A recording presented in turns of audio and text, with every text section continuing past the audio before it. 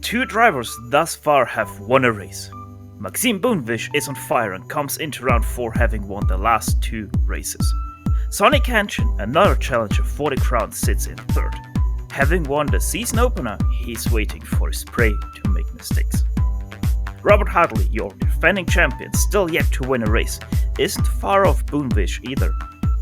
The series down to the last points gather is tightly packed, thus marking out a champion at this point is like throwing a dart blindly over a shoulder while trying to hit the bullseye. An average of over 40 drivers have taken to the green flag thus far, and doing so having provided an action-packed race week after week. Join us in today's meeting to find out who can take their Miata to victory lane. From the east coast of the US of A, it's Big C's MX-5 Challenge Season 2 here on the Global SimRacing channel. With that, we welcome you all in from upstate New York to the GTR Countdown to Green. Over the next few minutes, we'll bring you all the storylines, stats, and facts you'll need to be up to date with Big C's MX-5 Challenge. And as the name already suggests, this segment is sponsored by GTR Racing Simulators, which are currently used as training aids for professional race car drivers. But you too can learn to ace that braking, sharpen those corners, and shave off those vital seconds. Whether you're a professional driver or a gamer looking for a more immersive way to play, GTR has your back. Get started today at www.gtrsimulator.com. And here to give you all the stats and storylines will be Chris Phobby, joining myself, Stefan Schlacher. Turning the knobs and pushing the buttons behind the scenes is our director Sean Crackers Ambrose, and he's using cameras provided by the great Dougie Beard. Chris, these drivers have mastered every challenge thrown at them so far and delivered great races at the same time. What can we expect from today's venue? Well, Stefan, we're going to be taking on the classic boot layout here at Watkins Glen International, so that's going to be 3.4 miles, 5.47 kilometers. We have 11 turns, 7 to the right, 4 to the left. As we arrive here in Watkins Glen, New York, this track opened in 1956 and at one time was host to the United States Grand Prix for 20 years, as well as the host to some of the largest concerts ever held in North America. These drivers will try to find harmony today with a course that has changed many times over the decades, but there are still many legendary features on this fast course. Look for turn 1 to be an opportunity to make or break your lap, and you cannot forget about the always exciting boot section. And with that, we'll now kick things down to Joe Peak for a lap around Watkins Glen.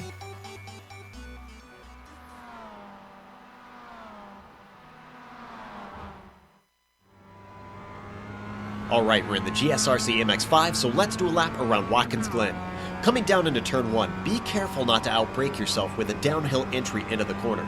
It's not uncommon to see a few drivers pull an over-under when the attacking car just slithers into the paved runoff. But even if you make it stick, you might find yourself regretting the pass. As you climb uphill through the S's, you won't be lifting all the way until you reach the carousel. And the MX-5 punches a big old hole in the air, meaning cars will draft off of you from a long way back. So the driver you just passed might breeze by with ease along the backstretch. That'll make today something of a strategic fight instead of a battle over raw pace. But because the MX-5 isn't terribly fast, we're going to skip ahead a bit to the carousel where you're not even braking that much on entry. The banking really allows you to get through here at a fast clip. As you get back on the power, try not to let the car understeer into the armco to the outside. Then switch sides and get on the anchors for the chute. There is almost no runoff on the outside, so be careful about getting into trouble in this corner. Once again, you'll bring the car back across the track, and now we're at the lowest point of the circuit, the toe of the boot. This is another possible place to set up a pass, but the most critical aspect of this hairpin is that the steep uphill on the exit will really hurt anybody who waits too long to find the gas. And that's where a lot of passing opportunities start to open up, because drivers are going to jump all over anyone with a bad run down to the heel of the boot. It also helps that you've got another decent braking zone if you need that last little oomph to get by. From there, we're almost back to the main course, and you're coming up to one of the trickiest corners on the track. This left-hander has a blind crest, and it's off camber, so expect to get a little frustrated with it throughout the day. Watch out for oversteer on the exit too, since you can find yourself sliding into the inside wall with ease. Then there's Indianapolis, which is just about flat out, but very much single file. You've got just enough time to get the car over to the left to set up for the final corner, which only needs a little brush of the brakes. Watch the exit because it's practically like a street course and there's no room for error. Hopefully, if you've kept it all together, you've now finished a lap around Watkins Glen.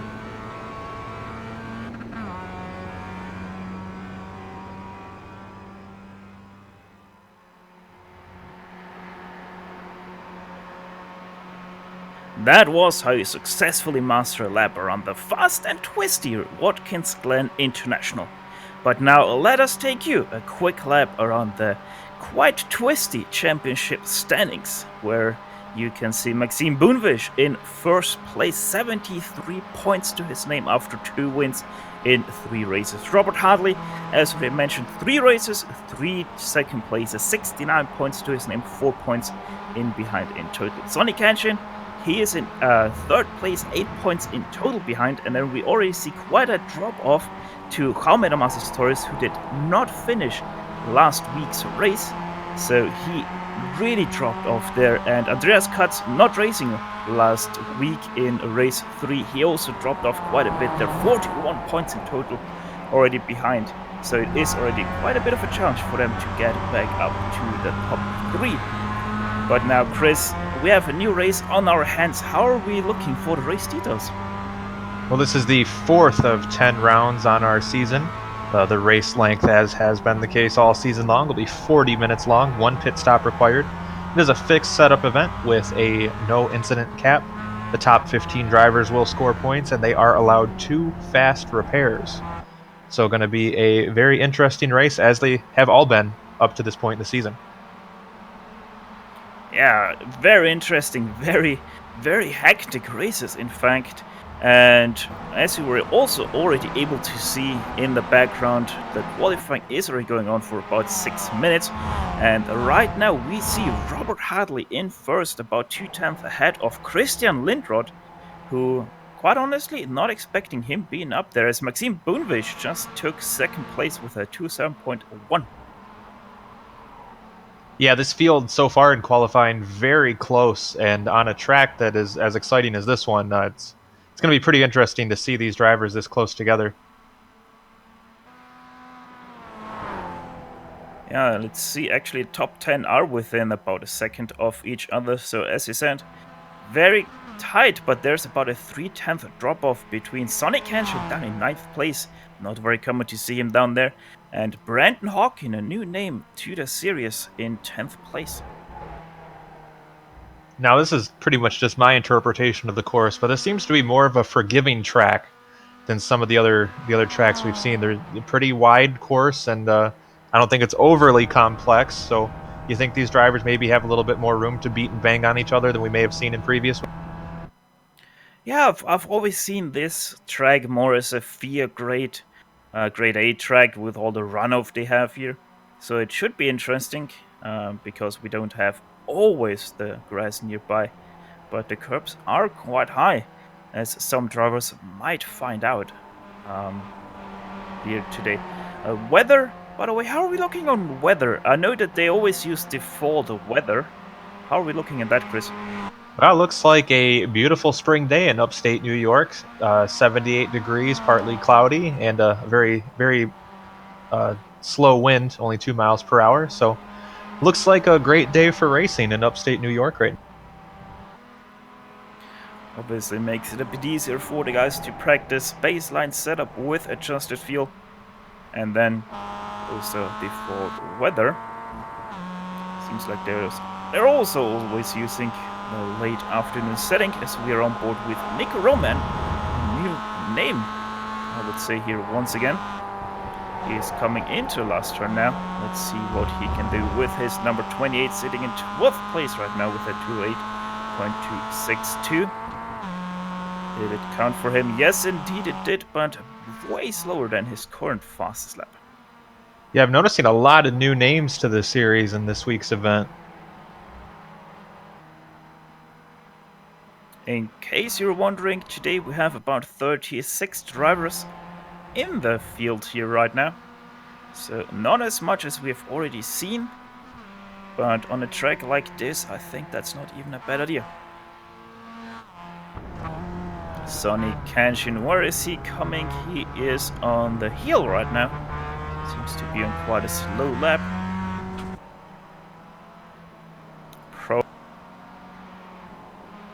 An outlap of sorts.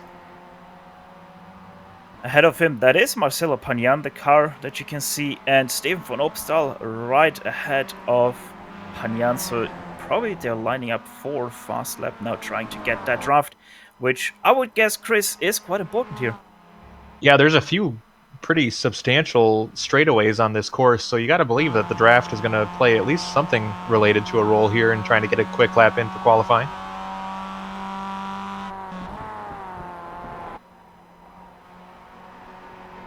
Now, if we're talking about passing opportunities, obviously we have the carousel. Danger spots, though, that is probably something we will have to look out today. What have you gotten down as your danger spots for today? Well, I think turn one is really going to be kind of a make or break corner for a lot of these guys. As we see even on the NASCAR broadcast with the giant stock cars, these tracks or that first turn, at least on this track, can be awfully challenging. And if you miss your braking point, you have plenty of runoff, but you give up a lot of time if you have to use it. Probably one thing we also will have to look at is that turn 3 wall over the tunnel, where people might hit that right side wall too. As we're looking now at Hector Godet, who is on the Soul Straight down in the boot section. Right now sitting in 27th with his number 78. Coming out of the boot now over to the last 3 turns. He's actually making a lot of room, so he's not on a fast lap, it seems. Looks like the majority of the people checked in for this event have taken a time so far. 33 drivers have clocked in. It does seem so. At the end of that pack is actually Jaume Damascus Torres, who is also now coming to the last turn. As we are looking at John White now, who has not put in a lap yet with his number 51. But we hear he is on a fast lap. As Clifford Abham has now jumped up to 4th place. He was one of the drivers of that pack. Goddard did a lap by. John White did not count that lap for him. Must have maybe gone off course or something, because... Yeah, he got 3 dashes, so it probably was a timed lap where he just got an off-track or a slowdown. So, one more time, you have to try it, Mr. John White. From white to grey we go. Grayson Trexler racing out of Carolina. What can he do? He is behind 2 cars. That's Austin Smith and Jackson Robillard. Robillard also not having put in a lap. Why, he has! He's in 19th place, also not something we see him down there. Remember, Road America, he was one of the top runners until getting major damage to his car.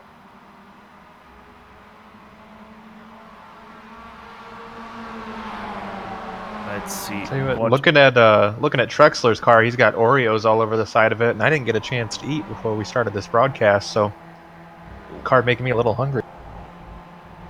Right behind him, Colton Selleck actually really heavy on the back and makes a big mistake, sending him into the pit wall divider.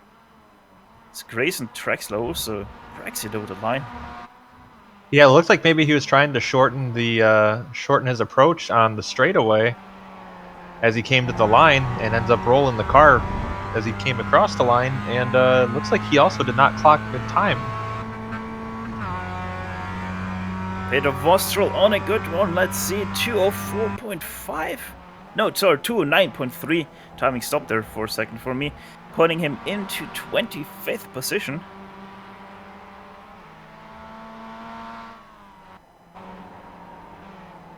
As we're gonna jump you over to Robert Hartley, who I think is on an outlap. Took the last turn very wide. I didn't realize Maxim Bunovic set a new quick time also. First one to break into the 2 minute 6 second bracket. Oh yeah, you're right. He bettered his time by 3/10. So he's now about 2/10 ahead of Robert Hartley.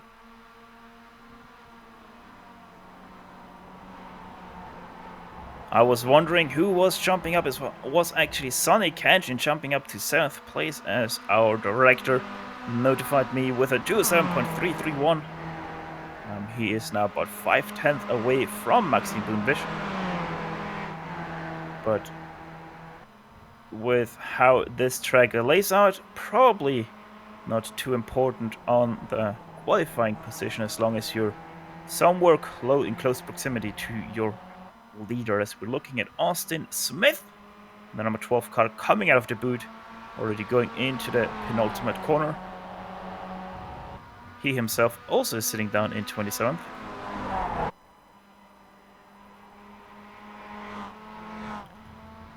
The checkered flag is already out, so this is his very last attempt. Let's see what he can do as he comes over the line. That was a 209.6, not faster, so he stays in 27th position. Jonas Mamoulis is coming over the stripe right now, sitting in 10th with a 207.655.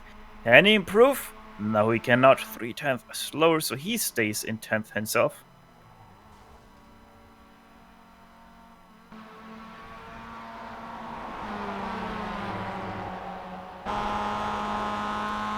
Jean-Francois Pinot also coming into the last corner now. He is sitting in 12th position at the moment. He had quite a bit draft from Melina Mann ahead. So let's see what Jean-Francois can do. 208.7. So not faster once again. Notice a lot of drivers try to take that cut across on the front straightaway, try to shave off a little bit of time as they come to the line, but I haven't actually seen it work out for anybody. Panyan and Kenshin come over the line at the moment. Let's see if any one of those can improve. Yes, he can.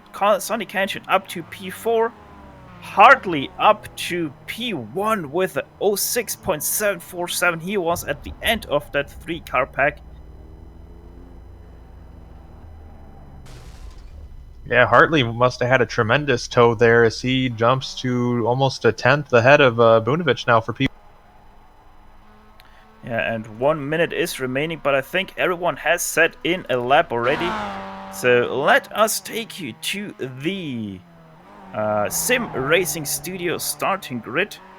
Want to enhance your SimRacing experience but don't feel like spending hours doing it? SimRacing Studio creates a plug-and-race SimRacing accessoire and software to enhance your experience without any DIY effort.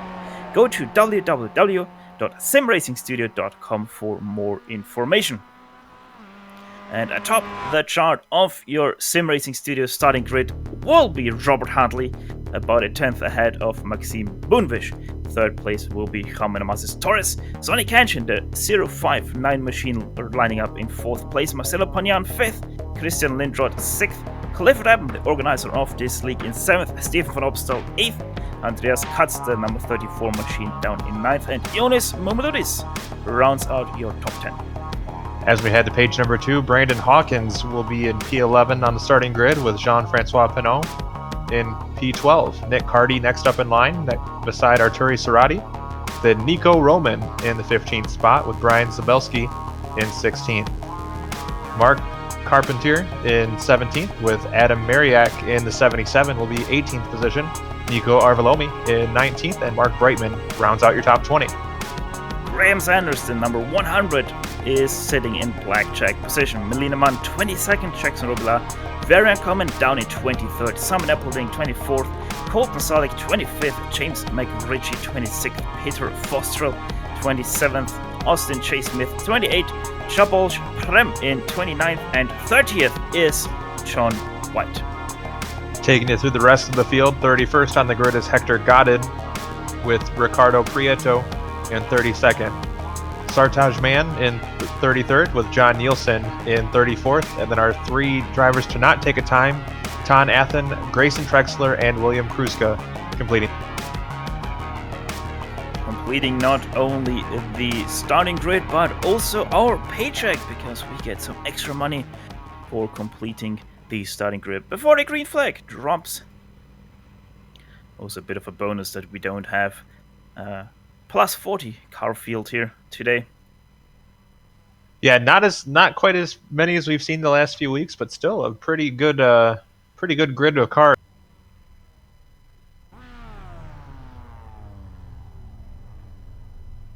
It's not always about the quantity, it's about the quality, as they say. And it seems like only a handful of cars still need lining up, especially at the front of your field.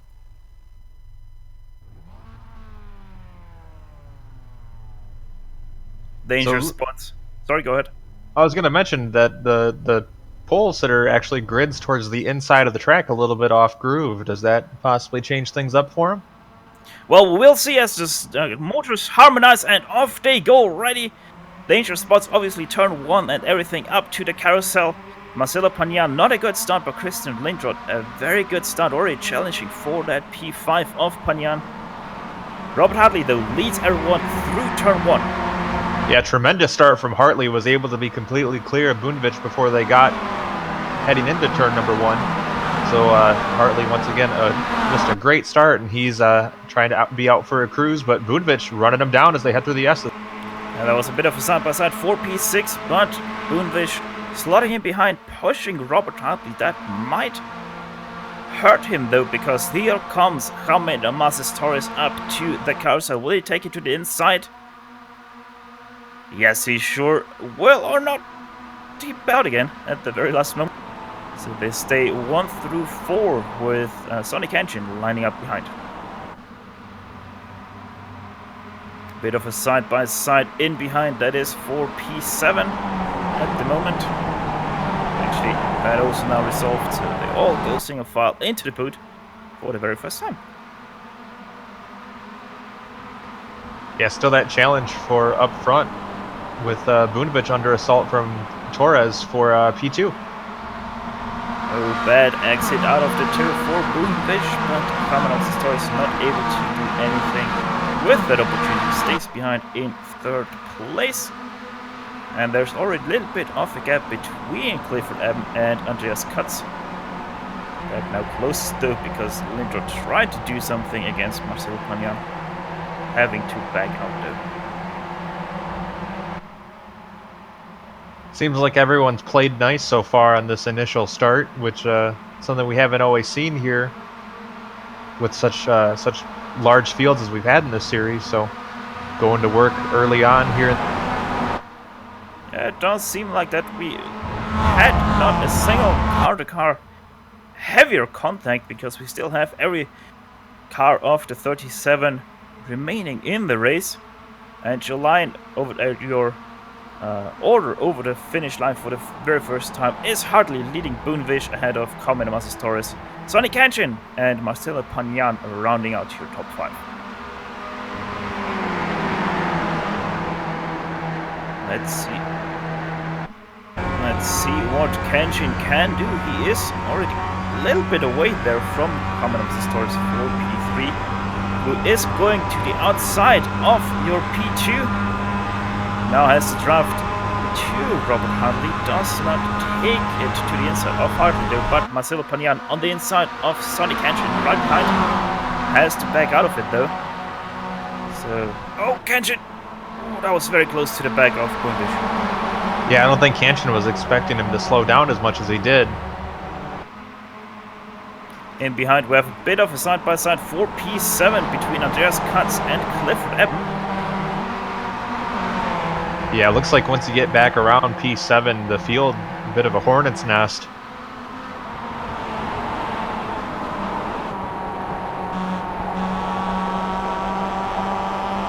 As we take you on board with Eben. Clifford Eben looking behind at Andreas Katz, who he now takes it into the inside of the next turn. That's the heel of the boot. Does he get the move done?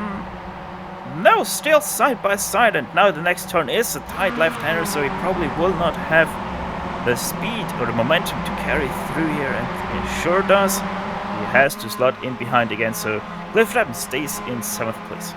But he took that wide approach on the exit. I think he was maybe trying to set himself up for leaving the boot section. But unfortunately, it looks like he's not going to be able to capitalize on what looked like a pretty solid exit from a little bit of a different lineup. And one thing we missed is Cameron Torres did actually get past Maxime Boonvish somewhere in this lap. So Cameron Torres in P2. No, wait, we covered that. It was obviously down that long straight to the carousel.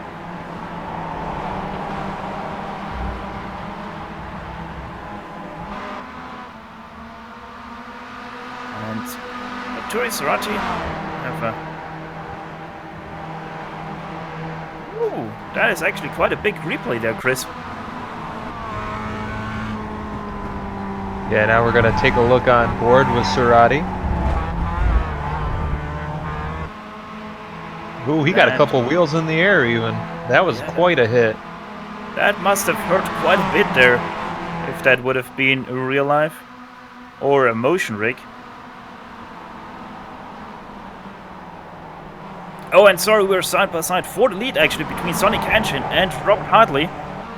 Sonny Kenshin makes it happen. He's now your leader, and now Cameron Torres challenges Robert Hartley for P2, but Robert Hartley with the inside for the toe.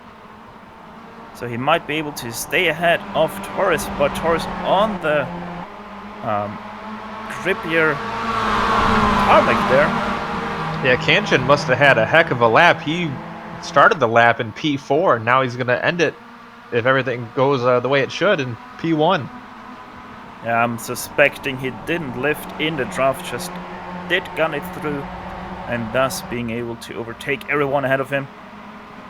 So, and how about this?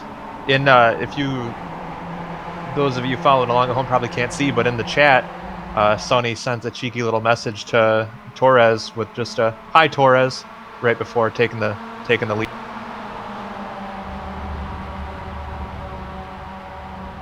So, a little bit of fun and games between these drivers as they're racing inches away from.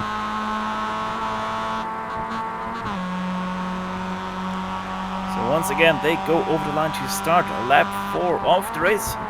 Do not forget, these guys have to take a pit stop, one mandatory pit stop, so they probably, most likely, will engage into some fuel saving strategy. Probably already in the middle of them. Thinking about it. Hartley now takes a look to the outside of Kenshin, but Lee goes a bit wide, and now it looks like Torres is going to fill the gap. We're 3 wide. And we're nearly 4 wide. As Boonvish comes through. No, wait, that's actually not Boonvish. That is, who is that? That is Panyan. There we go. Panyan goes to lead, overtaking 3 drivers there in just one straight. And Robert Hartley, instead of going for the lead, he goes all the way back to P5. Yeah, if we don't have a Move of the Race award, or if we had a Move of the Race award, I think it'd be that move right there. Is wow, what a move by Panyan to take. I have to say, we're probably gonna see quite a bit of that in the coming laps, because these guys are like a hornet's nest. And someone, no, that was just someone blinking there on my end. This pack goes all the way back to P12. The top 12 drivers are within 1 pack of cars. You know, this type of passing up front, though, has been a little bit unusual for this series. My God! Sonny Kenshin having to slow down majorly, and Maxime Boonvish nearly running him over there. That could have been very costly for the two of them. Boonvish, though, able to stop in time. So no harm and no foul, but he's now side by side with Robert Hartley for P5 and gets it done. So Robert Hartley down to P6. Yeah, Hartley's had kind of a rough go of it this lap. He been battling for the lead throughout the event, but now he's beginning to drop through the running order. Started in P2 and now in P7. Sorry, P6. Same pretty much for Maxime Boomwish. Started on the pole. Oh, no, wait, sorry. Rob Hartley did start on pole. He's now P6. Maxime Boomwish starting second, P5. So these two guys going a little bit back right now, but that might also be due to some fuel saving. Brandon Hawken going to work on Clifford Eben for P7. Looks like he's going to pull alongside as they head down the straight. Or try to. Carmen Torres actually did pass Marcelo Pagnan for the lead due to the draft. Sonny Cantion did come up to P3 again. And Clifford Eben still on the inside here of Brandon Hawkins. And he has some overspeed over Robert Hartley, so he might be able to do a pass here into the boot. No, he cannot, has to stay backing up Brandon Hawkins, who is under attack from Andreas Katz. But they all resolve and stay in a line. Andreas Katz now under attack from Christian Lindroth, who himself is under attack from Stefan Obstal. But also they go back into line. So after all of these kerfuffles, we have now Jaime Torres leading ahead of Marcelo Pagnan, Sonny Cantion in P3. Ioannis Moumoulidis starting in 10th, already up to P4. And Maxime Boomwish running out your current top 5 of the race.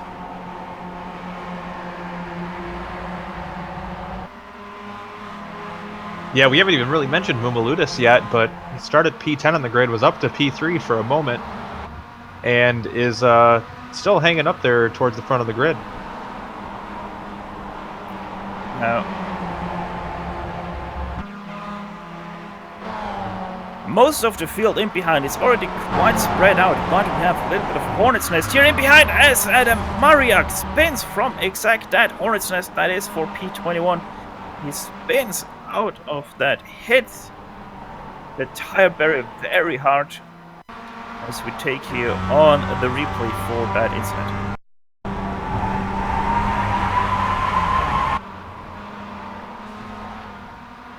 Yeah, Chris, and as you can see, he hit the curb there, not able to recover from that. Hits the wall hard, and that is his first fast repair done.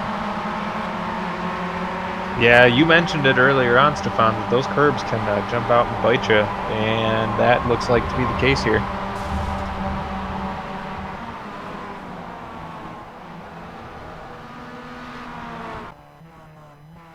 And we welcome you back to the lead pack here, as Marcelo Pagnan now is your leader of the race. Sonny Cantion still in 3rd, Ioannis Moumoulidis 4th. But Robert Hartley is now up to P5, so he jumped Clifford Eben. Now this is easily the most passes for the lead I think we've seen in any of these races this year. Maxime Boomwish dropped quite a few positions. He is now down in P10 of this battle pack. That once again goes down all the way to P12. So Maxime Boomwish seems to have had a miserable first sector of this race. Of this lap, sorry.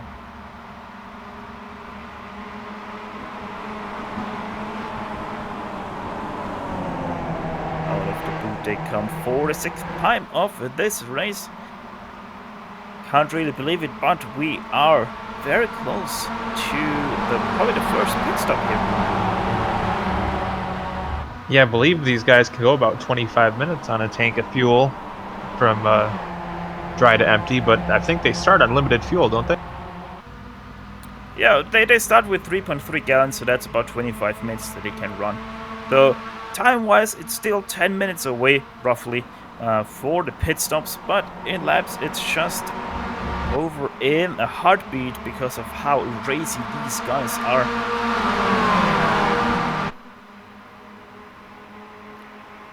Coming onto the backstretch for the 7th time in this race, Marcelo Pagnan getting already overtaken by Jaime Torres.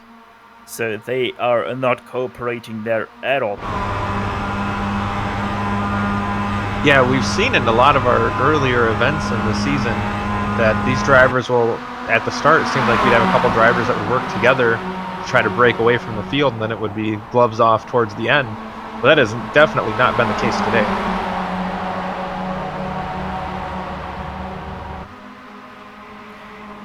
races like these always remind me of minor motorcycle racing.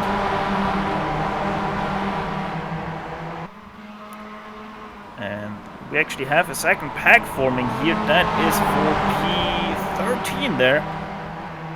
Led by John White here, but they are too wide in behind him. That's James McRitchie and Nico Arvilomi going into the toe now. As that spreads out again there, Nico Arvilomi tried to get around on James, but not able to do so, so he has to slot in behind. Actually had to even get off the throttle there a little bit to not run into the back of McRitchie. Yeah, great battle forming up here. Oh, in that we have second. a spin, Christian Lindroth and Jean-Francois Pinot. So we're gonna take another look at that incident.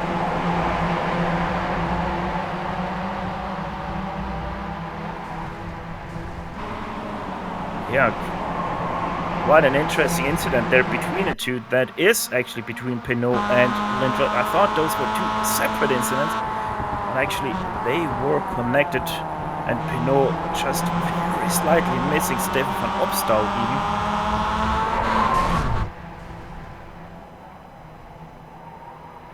Well, over in the chat, Pinot taking responsibility for the incident and apologizing for it. Oh, and James McRitchie just disconnected. Chris, if we could have a look what happened with him as we go side by side yet again between Panyan and Torres. Mumuludis slotting in behind Panyan. Yeah, tremendous battle brewing up front, as has been the case pretty much for the duration of the event so far. In behind, and that is Robert Hartley and Sonny Kanchan being side by side. Robert Hartley actually going side by side now with Ioannis Mumuludis. Being now on the inside for the boot entrance. And sure enough, able to do so. Nearly took it side by side with Torres, but wasn't able to get quite there.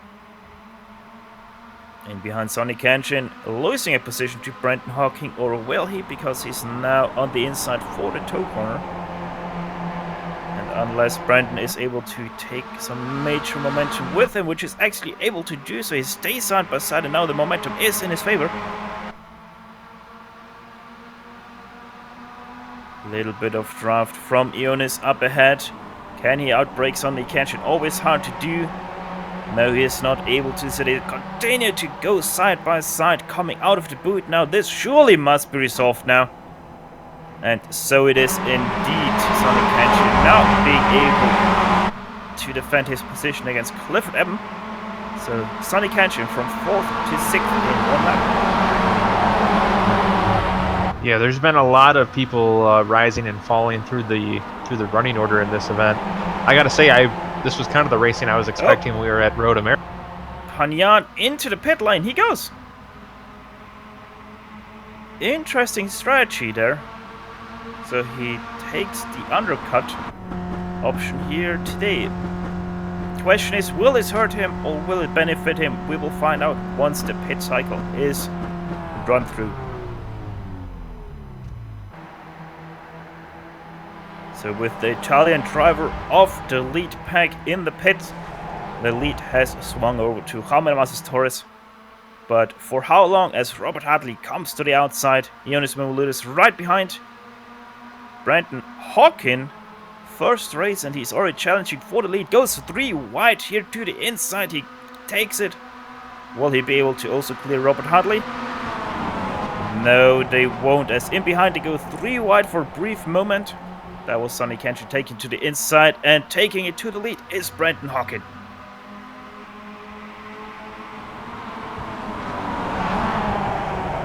Sonny Kanchan fighting for that P3, has to stick in behind now though. Little bit pressure from Ioannis Mumuludis, not able to challenge for the P4, or is he taking it to the inside now of the toe? Let's see if he's able to clear Sonny Kanchan. Yes, he is indeed. What a drive by Ioannis Mumuludis. Yeah, all these drivers up front have been just incredibly impressive looks like we may be closing in on halfway here shortly, and it has been a lot of passes for the lead, a lot of passing. Sonic Kenshin hit Momolidis there a little bit. Momolidis able to keep it together on the grass as all the lights also turn on at simultaneous moment there, and Sonic Kenshin cuts off Clifford Avenue. Had to jump ever slightly on the brake to not hit Kenshin. Yeah, Momolidis, what a drive, able to take it through the grass, and Sonic Kenshin comes in, and that's also Steve van Opstal, and Andreas cuts into the pits.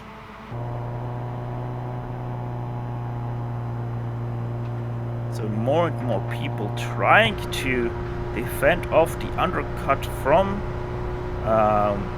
Panyan, who is sitting down in P14 as it seems like. Actually, no, that's even further down, that's P19. Yeah, I was going to comment that it looked like Panyan maybe called a few people out with his early pit stop. He may have changed the game for not just himself, but maybe everybody else as well. Yeah, and Panyan coming already out of turn 1 when the others are just out of pit lane. So he really jumped those few guys as he is now somewhere in the top 15.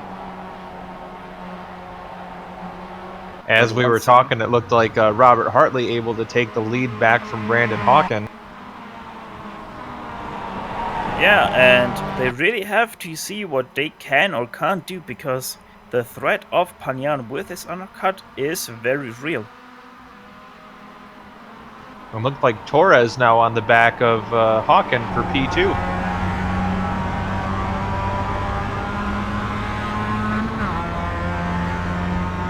Yeah, these three drivers just about nose to tail as they head down the straight. Let's see, stays in behind for the heel through the right hand. Very tricky as it closes ever so slightly on the exit. The track gets smaller by a few inches, maybe even a foot there. Doesn't sound like a lot, but it is a lot if you're racing at about 90 miles per hour through a turn.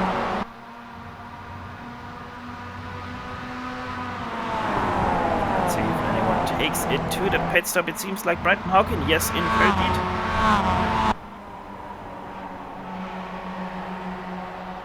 Guess who's fighting? It's Van Opstal and Sonic Kenshin. Ahead of them, that's John Nielsen. He's getting out of the way of the two. Nice and easy. Taking the tarmac area there to the full advantage. Brandon Hawkins, let's actually see how he comes out in comparison to Marcelo Panyan and the other two guys. He is still sitting in pit lane. Off he is now. So Panyan already went by Sonic Kenshin. That might actually be close because he has quite a shorter line out of turn 1. There he comes out on the right side. You can see the two cars of Sonic Kenshin and Steve van Opstal, and he comes out in front of them, but he is slower through here, so they might catch up to him and maybe, just maybe, overtake him into the carousel.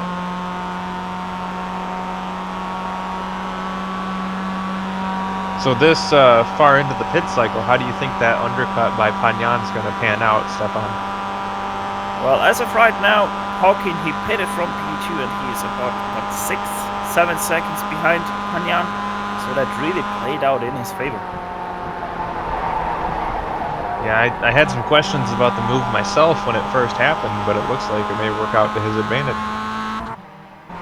And Brandon Hawkins actually stayed in front of Sonic Kenshin. So, yeah, great job by Brandon Hawkins utilizing that overcut to the advantage, but Sonic Kenshin, he is coming. Yeah, and just about everybody I've kept an eye on from the pit area looks like they've all been changing those left side tires as well. I'm not sure if I've seen Brandon Hawkins take tires or not, but I'm gonna take you for the word, as Hamanamas Torres, Brandon Hartley, and Ioannis Momolidis. Oh, Momolidis actually rear ends Torres on the pit entrance.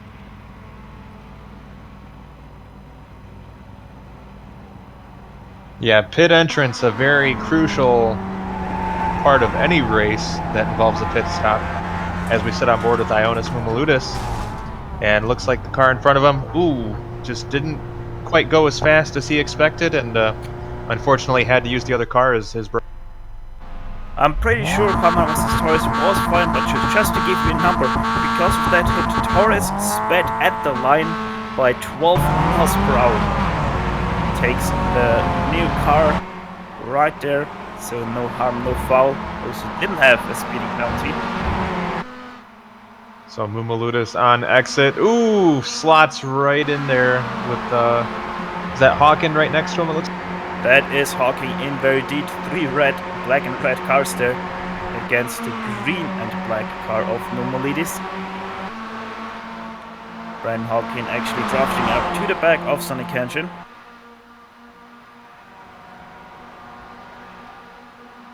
Not going to the inside, actually pushing Kenshin. Up ahead, Robert Hartley, sorry, not the F1 driver. Got past Chabal Sprem, so they're moving up a position.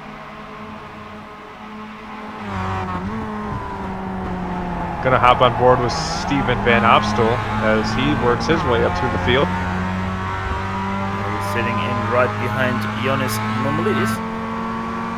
Yeah, he's got probably the best view of this battle of anybody right now, as he now goes to the inside of Mumulidis.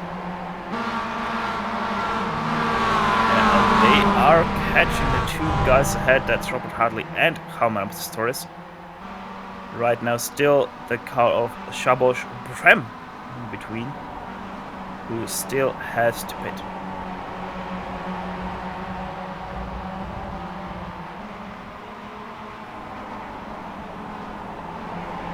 Sonny Kenshin now getting a little bit held up by Prem, but obviously he does not have to move because he's on the same lap as these guys.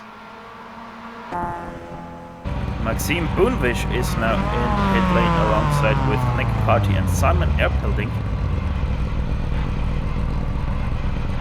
Gets his damage repaired there on the pit stop and does not seem like he's taking tires. It's got to feel like a lifetime sitting there, though, while you wait for the damage to be repaired. He gets away from the pit box nice and clean. We're going to watch him rejoin the field here in turn 1. And with all of that, let's see where he's coming out. Right in front of that battle pack, so that's going to be interesting coming into the carousel. Yeah, it looks like Boonvich now has Hawken right on his bumper, and the momentum may be enough to pull him past. Mumulidis now probably getting boxed in behind there. Or does he take it 3 wide? No, he's not done. Sonny Kenshin take it 3 wide. No, but he takes it now 3 wide there, sorta. A little bit of a slanted 3 wide there for these cars. Mumulidis takes it through the middle. Oh, Boonvish! Oh, wow. Mumulidis yet again with a monster save.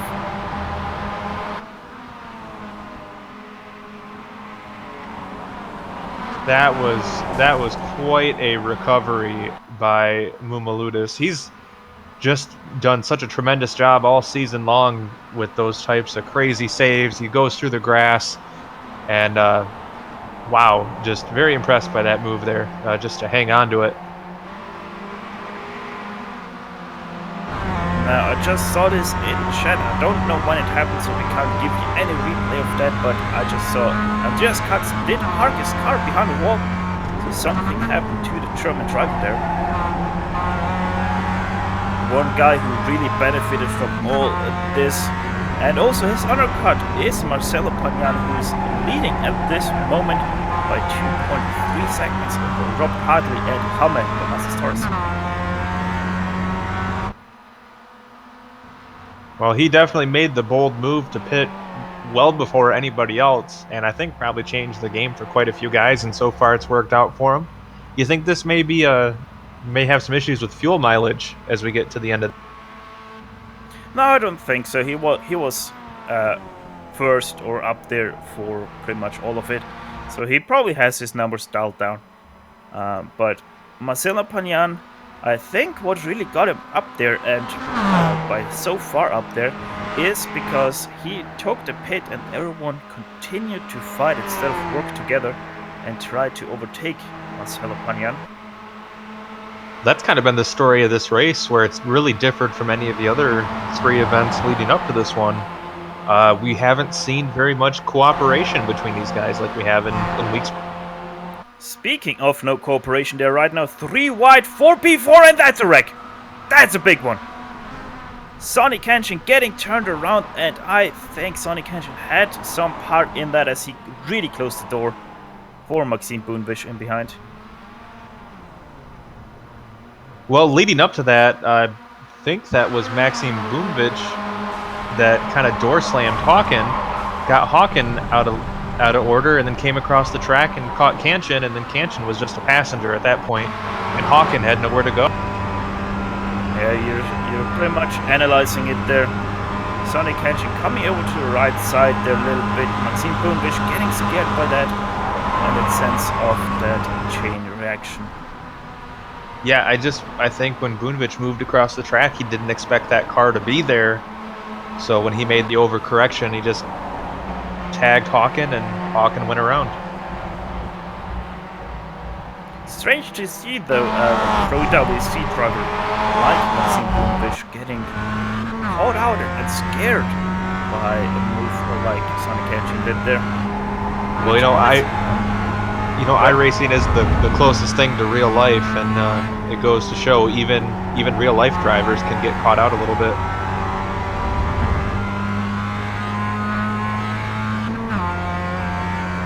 Let's have a look up ahead, though, as Marcelo Pagnan, he is getting reeled in by Robert Hartley. The gap right now, 1.8 seconds. I was watching him through the last sector of that lap, and Pagnan kind of was a little rough over the curbs and looked like he was headed towards the wall at one point in time, so he may have lost himself a little bit of time there, just maybe getting a little bit antsy up front.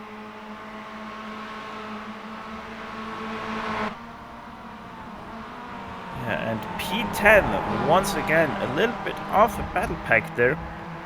The 3 cars of John White, Nico Arvilomi, and Nick Carty.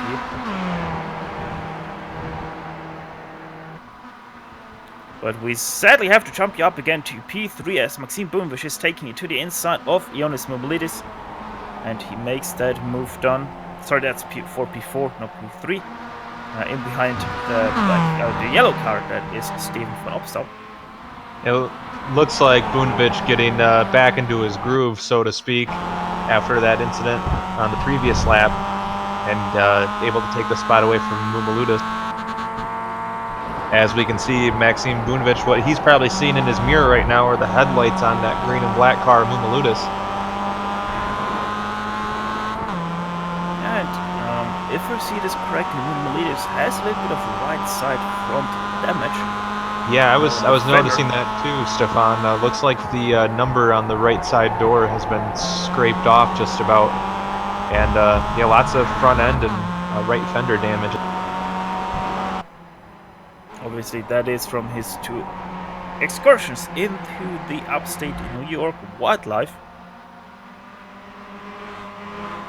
Steven van Opstal looking to the inside, not doing anything, just looking there, saying, "Hi, I'm there. Remember me?"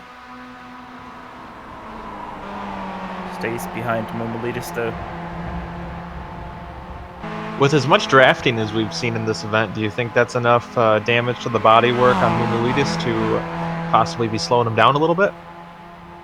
I don't think so. Boonvish, he did draft past Moumoulides, and Boonvish has quite some extensive damage to his front.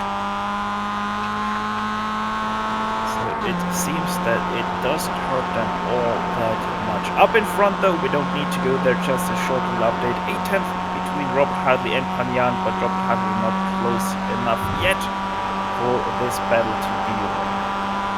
Moumoulides is closing on. Quite a good run from him, also bringing Steven van Opstal with him. Little bit of a netcode touch there between the two. And Moumoulides goes past. Boonvish comes back on the brakes, loses the rear a little bit. That's Cliff App coming in behind. Taking it too wide with Steven van Opstal, who is now side by side with Boonvish. To the left-hander, they go the entry of the Boonvish staying on the outside. The toe is a right-hander, so he probably will be able to retain his position. There he goes, Stefan Obstel very wide. This opens the door for Clifford Eben.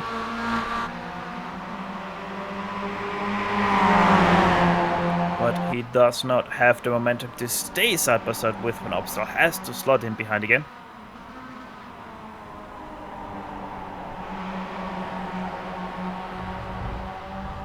So Mumulidis now your 4th place driver ahead of Maxime Boonvish, Stefan Obstel, and Clifford Eben rounding out your top 7 drivers at the moment.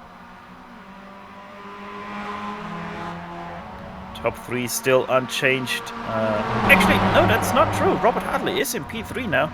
So Torres got past him somewhere, and Torres is now about 4/10 behind the rear of Marcelo Parian.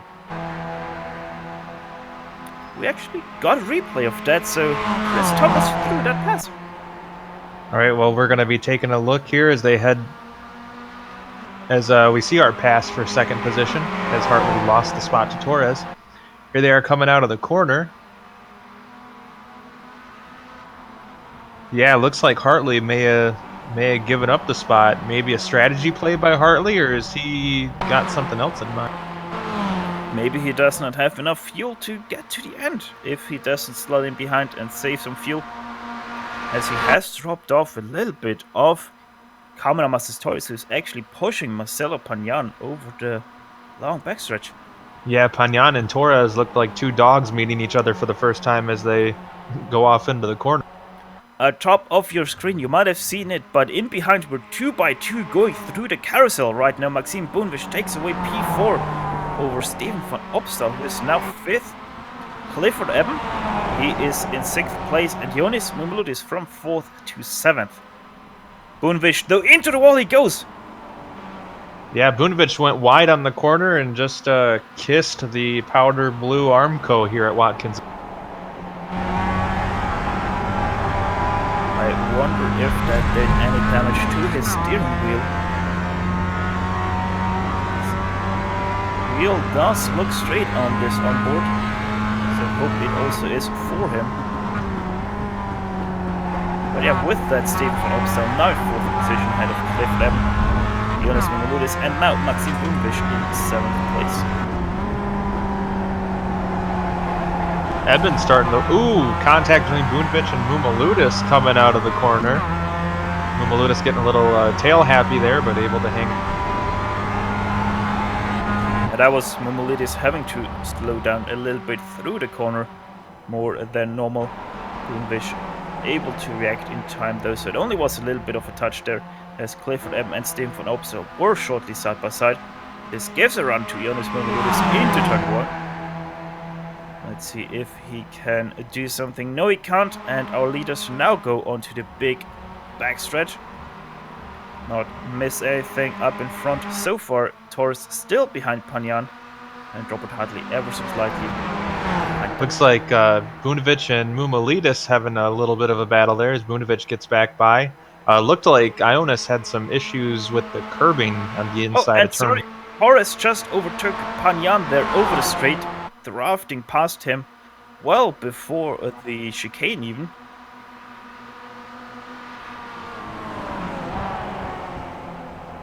And we're hearing they're actually going to take the white flag next time around, as we're already under 2 minutes and 10 seconds remaining.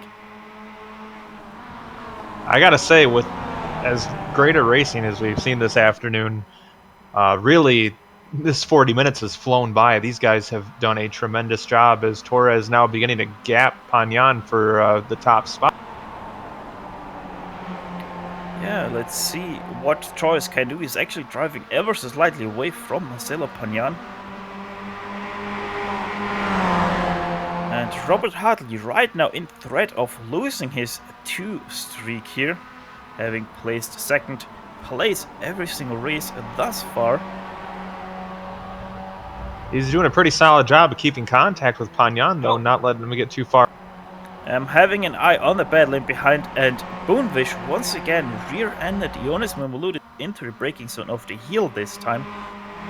So Jonas Moonblood is back and now has a little bit of a spoiler. And Bonefish nearly loses the car out of the boot there. So Bonefish really under problems right now. Yeah, it's after qualifying P2, we expected him to be a little more higher up in the running order, but now he's definitely had some struggles. And it's actually on for the lead yet again as they go onto the backstretch for the very last time here. Marcel Pagnan still in second place. He's a little bit behind Torres though. Yeah, Torres building up a pretty good gap as they head through the S sec. And watch out for the car that we are on board with right now. Robert Hadley, 3-3 in third place. He's pulling up to the rear of Pagnan. Pagnan takes it 3 wide now. Pagnan in the middle, Torres on the inside. Torres getting swamped there by these two drivers. Can they all stick to the lines? Yes, they can. Pagnan takes the lead ahead of Robert Hartley and Torres, but this is far from over. Hartley now pulling alongside Pagnan for the lead. He's going to go around the outside, but they're still door to door as they come off the corner. This is gonna be close here to the very end. They go into the top for the very last time. Robert Hartley with the inside here. Not a lot of passing opportunities left here. He takes the lead, but Pagnan comes back with a switch route to the inside. The momentum is on his side, but Torres, in behind has a little bit of a draft. He might take it 3 wide here. No, he thinks better of it. Robert Hartley on the brakes better than Pagnan. Through the hill they go. Little bit of a door up there. Mirror adjustment on both cars. But Robert Hartley stays in first place ahead of Marcelo Pagnan. Outbrakes himself a little bit. Gets it on the apex though. And onto the penultimate corner for the very last time. One more passing opportunity left into the last turn, and then it's all straight to the finish line. Not able to do anything, Pagnan there. Will he get a run out of the last turn? Does not seem so, but Torres in behind has a run though. Not going to be enough as Robert Hartley takes the checkered flag here for round 4 of Big C's MX-5 Challenge from Watkins Glen ahead of Marcelo Pagnan and Carmen Amas Torres.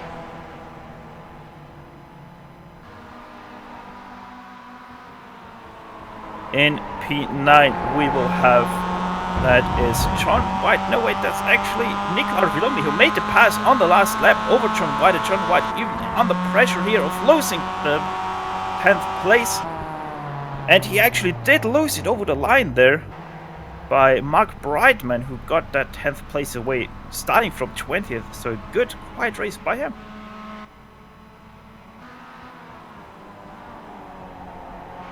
We're going to jump back a little deep.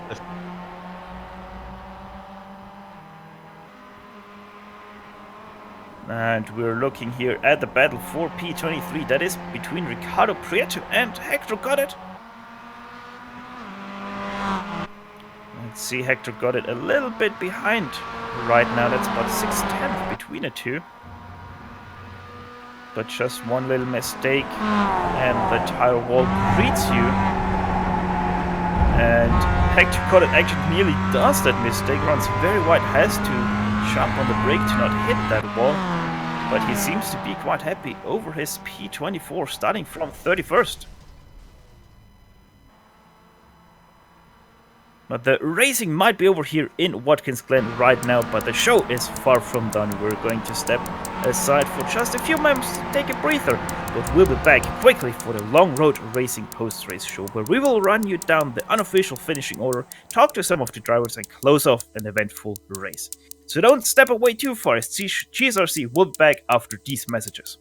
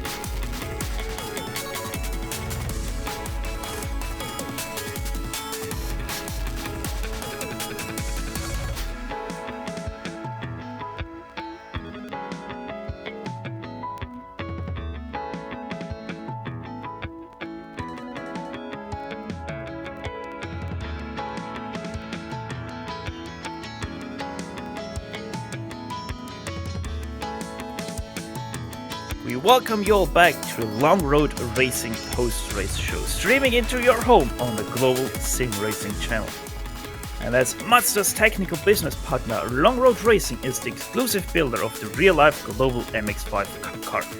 Whether you race, drive enthusiastically, or just get excited about cars, Long Road Racing offers professionally engineered vehicles and proven performance solutions for you. Find out how they can help you by visiting www.longroadracing.com. And yeah, that finishing order, what a race it was to the line. Robert Hartley wins that out over Marcelo Pagnan by 0.271 of a second. Commodores Torres 0.33 seconds behind in third place. Clifford Eben down in fourth place. 7 seconds are separating those two battle packs. Ioannis Mouloudis rounds out your top 5, starting from 10th. Maxime Boumvish having the wrong place in gear in place. From second, he goes down to 6th place. Stefan Opsahl winning a position up to 7th. Brendan Hawking, Nico Arvilomi, and Mark Brightman round out your top 10. As we transition over to page 2, we're going to see 11th spot falling to John White with Nick Cardy in 12th. Lucky number 13 was Austin J. Smith with Simon Erpelding. Next up in line, Nico Roman was 15th with Arturi Sarati in 16th. Peter Vostrel in 17th. Adam Mariak in 18th. And Volks Prem and Christian Lindroth rounding out your top 20.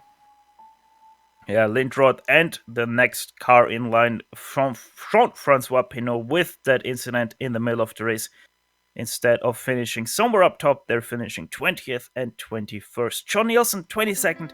Ricardo Prieto, 23rd from 32nd. Hector Godet from 31st to 24th. Brian Schabelski down in 25th. He started in 16th, so also not a very good race day for him. And Melina Mann down in 26th, the last car to actually finish this race. Sonny Kenshin atop the leaderboard for the wrecked out cars down in 27th, 5 laps down. Andreas Katz also wrecked out 28th, Grayson Trexel 29th, James McRitchie 30th. 31st will follow the Mark Carpentier in Colton Salick in 32nd. Jackson Robillard will be 33rd with Graham Sanders 34th, and Sartaj Mann, our last driver to make the start, DNS to Tom Athen and Bill Kruska.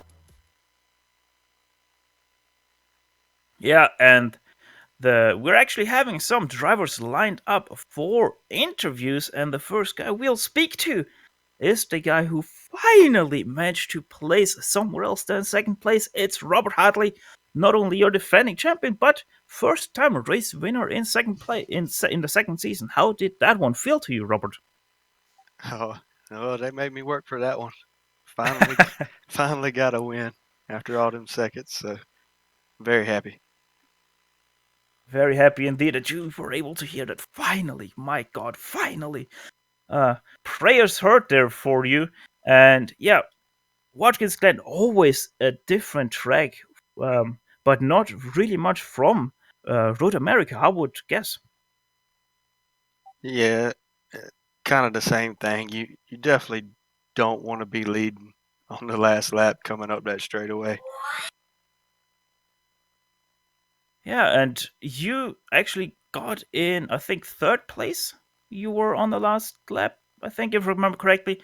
Got that spot, really had to fight against Marcelo Pagnan there for that position, but you got it, and I think you're actually now taking over the points lead with that. So, double reason to smile there for you. Yeah, I was in third place there. I really wanted to be in second, but I made a little mistake and Torres got by me there. And so me and Marcelo went 3 wide with him down the back straightaway. And then me and Marcelo was side by side just about the rest of the lap. So it was a great finish. Yeah, it was great indeed. Probably not only to race, but also us here up in the commentary booth. So, Robert, before we let you go, who gets it done for the number 33? I'd just like to thank all these drivers that I've raced with in this league. Every race I've had so far has been clean and everybody's held their line. So it's been great. Well, Great for you, great for us. That was Robert Hadley, your race winner of today here at Watkins Glen International. Next up, Chris Hobby talking to Ioannis Momolidis. Well, Ionis, another exciting race for you. All kinds of stuff happening all around you. Walk us through your race a little bit and some of the excitement that you had to deal with. Oh yeah, my head is a mess after this. Not only after this, I was just getting drunk before this, so the race was a little bit more exciting than usual. Definitely the draft, the pack racing. This was all in all a novel race on road. This was worse than Road America, and yeah, you saw it in the end there. Some people got too aggressive, and I got bumped quite a bit. I got spun almost twice by Max Bunovich, and yeah, I feel sorry about Sonny. And do you guys know who else crashed when Sonny died? I'm trying to think who that was, actually. Whoever it was unfortunate, and yeah, the race was definitely, it could have been cleaner. All right, Ionis, know you had a lot of excitement in this one.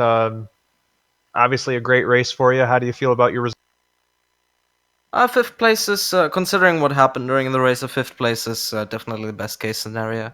I had a little bit of a mistiming in my pit stop, which cost me a little bit, but after that, fifth place, it's really good. Especially running together with Clifford, was a good friend of mine. He finished fourth. I'm really proud about our two finishes. All right, well, congratulations on a great run, Ionis, and look forward to seeing you again next week. Thank you. All right, back up to you, Stefan. Yeah, and that already sadly concludes not only this broadcast, but also the interviews here today. But before we go, GSRC would like to thank everyone on the track today for a great show, and especially Clifford App for organizing this league and contracting with GSRC to broadcast it. Right now on your screen, you can see all the companies that provide us with the great hard and software GSRC uses to deliver you the best possible show. Additional thanks to June Lalonde, who provides us with the great masterpieces. See the screen for how to get a hold of more of her great. Big C's MX-5 Challenge will return in 1 week's time.